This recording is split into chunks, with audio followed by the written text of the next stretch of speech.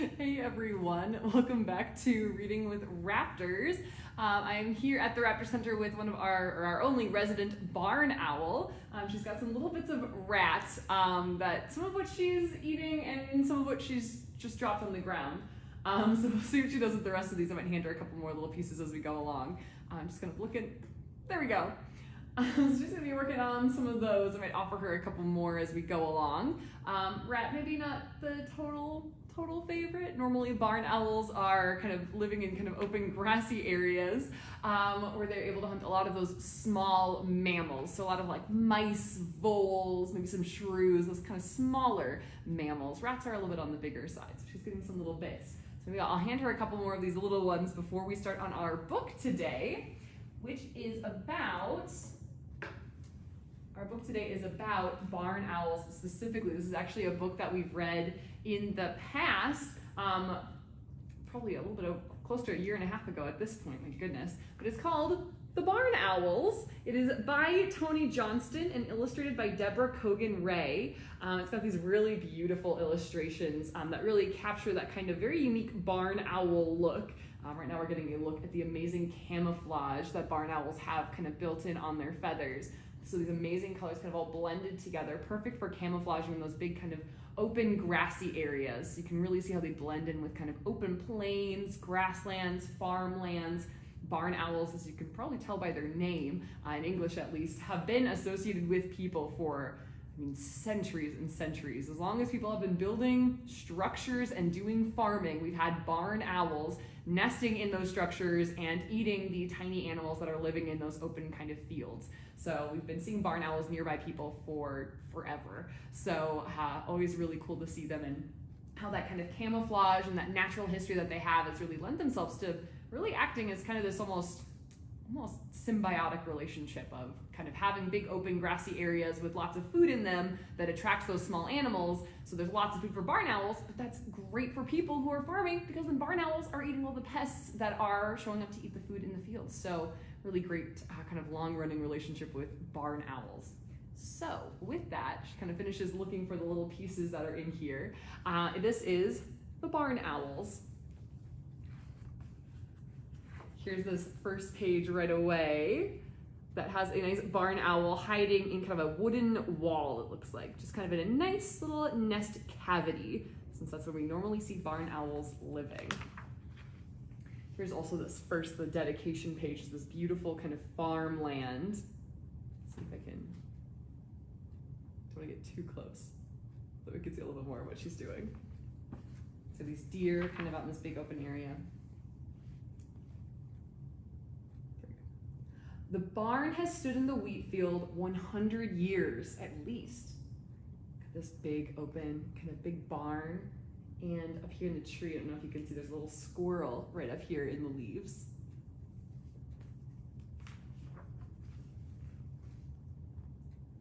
Owls have slept there all day long and dozed in the scent of wheat.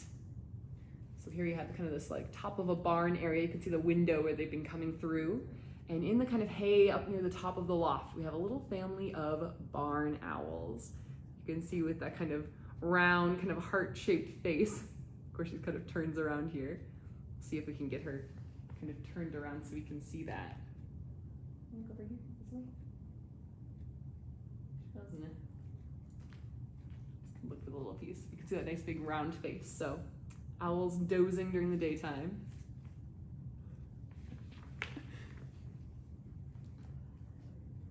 Sometimes by day, an owl awakes to a shadow or nothing at all and leaves the barn through a bale of light. You can see the barn owl with those very long wings. I'll try to point it out if Whisper here is stretching at her wings, but barn owls have these incredibly long wings for how tiny their little bodies are. So you can see the long wings, that big kind of pale underside and underbelly.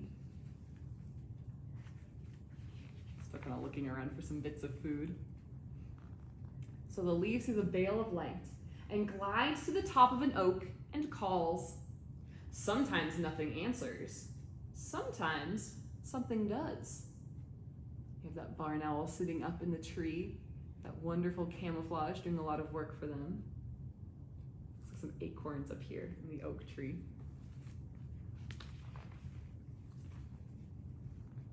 Sometimes by day, an owl goes floating away, away to where wheat and sky are one.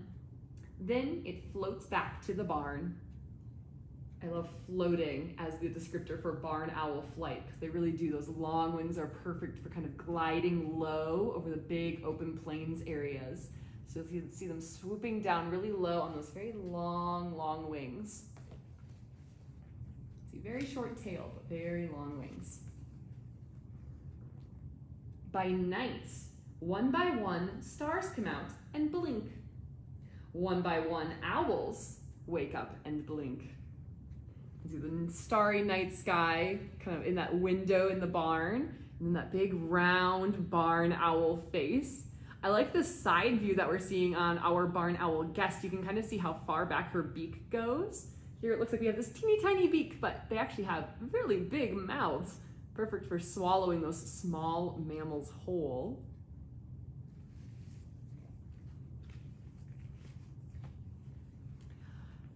Ooh, they wake up and blink and hunt for mice while moons swell and shrink. This is a really classic barn owl pose, those very long, long legs with not a ton of feathers on them, just a little bit, kind of reaching down to their toes, those very long wings. You can see the pale underside, perfect for kind of ghosting over those big open fields at night.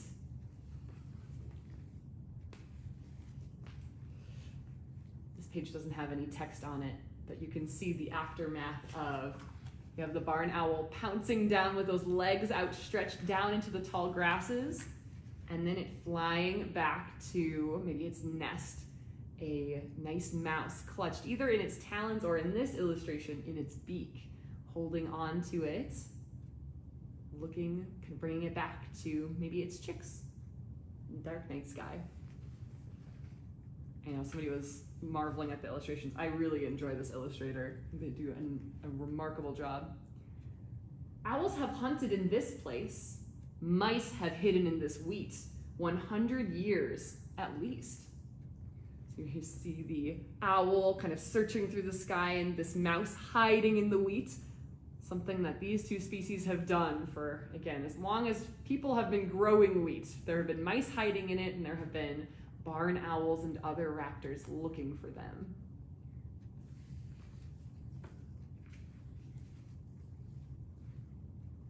Where owls hunted, spiders spun to hold the barn to earth. Where owls hunted, long snakes sunned and split their skins like chaff and left. And bees hummed their hymn of wheat. So you have all of these different creatures that are living around this barn that's been here for over 100 years. We have these spiders who've been making spider webs, catching all the flies and other insects that might hang out near where we have crops. Snakes that also eat a lot of the small mammals, the little mice and things like that. And then of course bees who are pollinating a lot of the plants that we need for farming. So a lot of animals, not just the barn owl we see up here in the corner, but a lot of other animals are really helping us with our agriculture, with farming, and have been doing that for so long. I will point out this nice like hazy summertime kind of look. Oh, big stretch. Probably going to get rid of some waste. Wonderful. So that probably won't be in the book, but barn owls have been doing that for a very long time as well. Eggs have hatched in the loft of the barn, one by one, white and warm. So there are these eggs that the parents have been incubating for about a month. And then we have the little chicks hatching out. Oftentimes you'll see them hatching out kind of one day after the other rather than all at once. They'll lay one egg each day. And so you end up with 4 or 5 or even 6 siblings who are all about 1 or 2 days apart from each other. You can see the tiny little helpless chick, its eyes still closed, finished hatching out, kind of burrowing into the warmth underneath its parent. Here's one that's starting to hatch out right now too. So you can see that incubation, a nice kind of fluffy warm tummy for keeping those young chicks nice and toasty warm in the barn.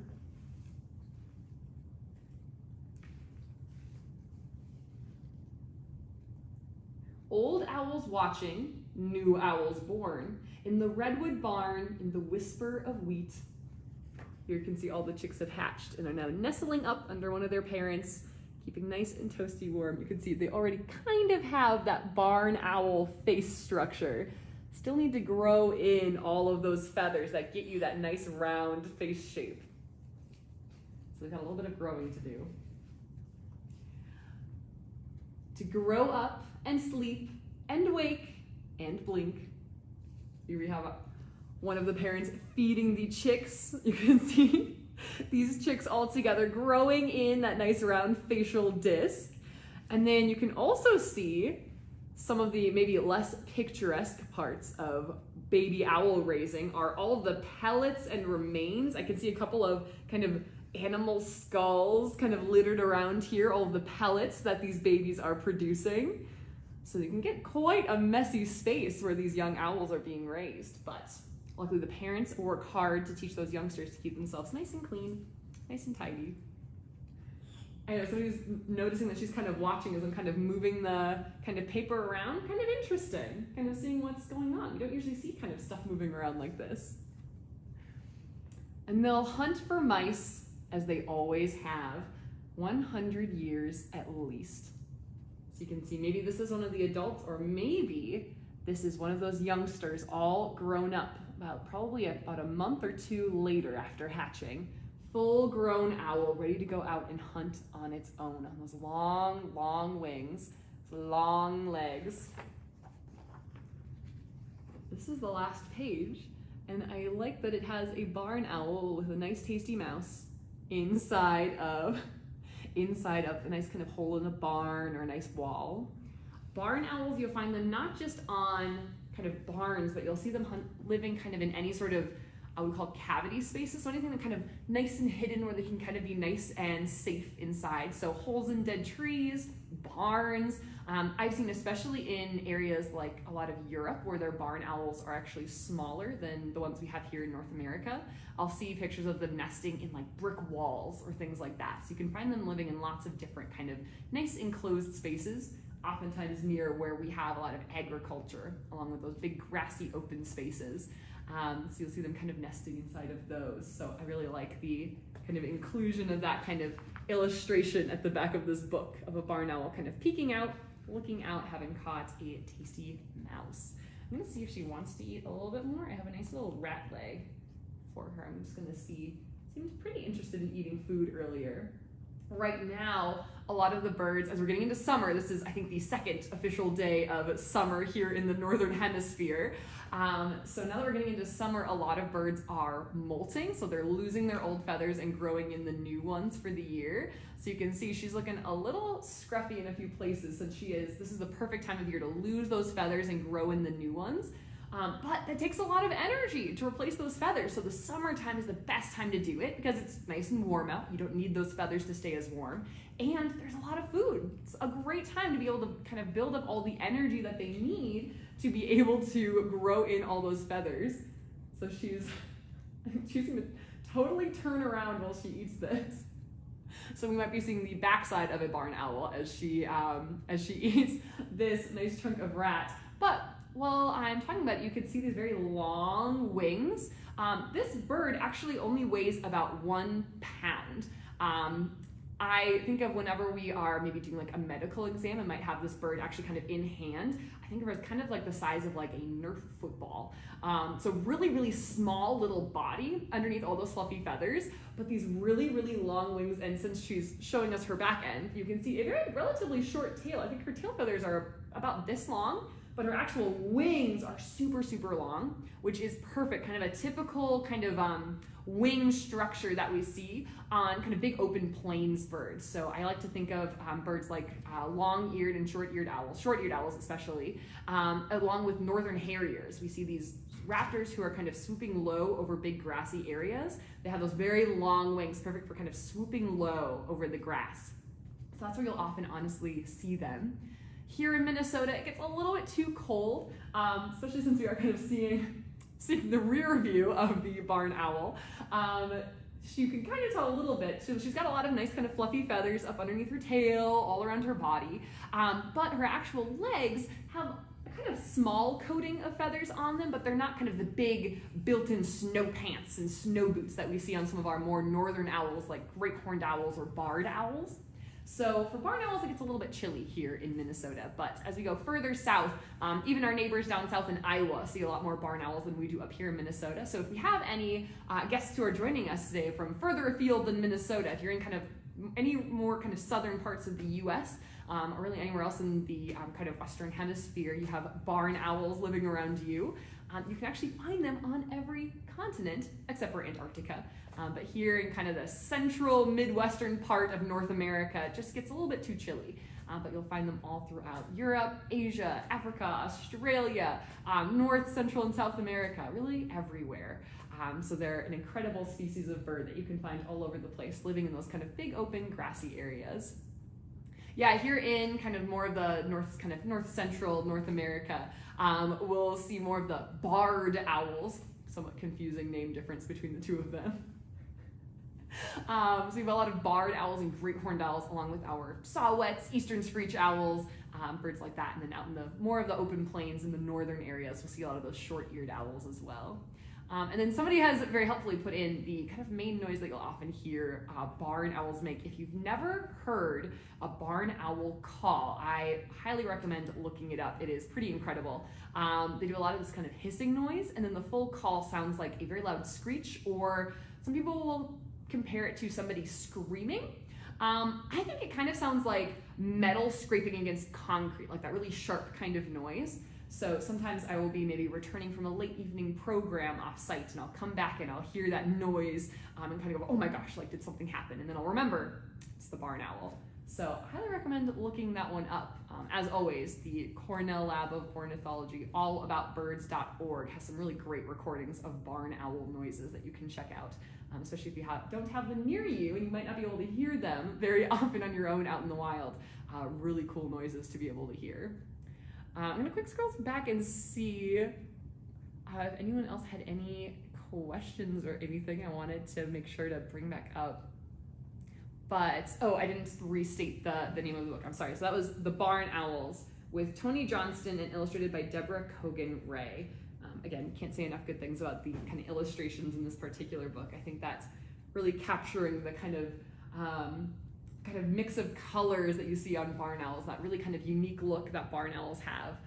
They're on their own kind of big family of owls, separate from most other owls. So they have a really unique kind of look to them, which I always really appreciate when people can really capture that. All right, folks, I think that's about it. She's working on this. Now she's kind of turned around. She's working on eating this nice little rat chunk. She can, of course, swallow larger things whole, but I think right now she's choosing to kind of pick at that, and then she'll hopefully swallow the rest of the kind of the bones, the fur, everything. Kind of like we mentioned when reading the book. She will produce a pellet later on today or sometime later tonight with all of the fur from the rat that she's been eating, along with all of the bones, kind of nicely packaged up together. But her stomach has the really strong acid for dissolving the meat, the organs, the eyeballs, all of the good stuff. So she'll be working on that kind of throughout the day, but she's kind of picking at it a little bit. So with that, folks, thank you so much for joining us today for Reading with Raptors. We will be back next week with some more birds and books all together. You can also keep an eye out. I know some people have been interested in when we are starting to open up the building for tours, things like that, coming very, very soon. So please keep an eye here on our Facebook page and our website at theraptorcenter.org for more information about some of the more in-person activities that we're doing, as well as the online programs that we're continuing. You can also check us out on Instagram as well at The Raptor Center. I think we just posted a really excellent video of a eagle casting a pellet. So since I'm talking about pellets with her, if you want to see what that looks like in bald eagle form, you can definitely check that out. I know we just posted that earlier today, I think. So go ahead and check us out on Instagram as well. Otherwise, folks, thanks so much for joining Whisper and I for Reading with Raptors. We'll see you all next week. Have a great start of your summer. Bye, everyone.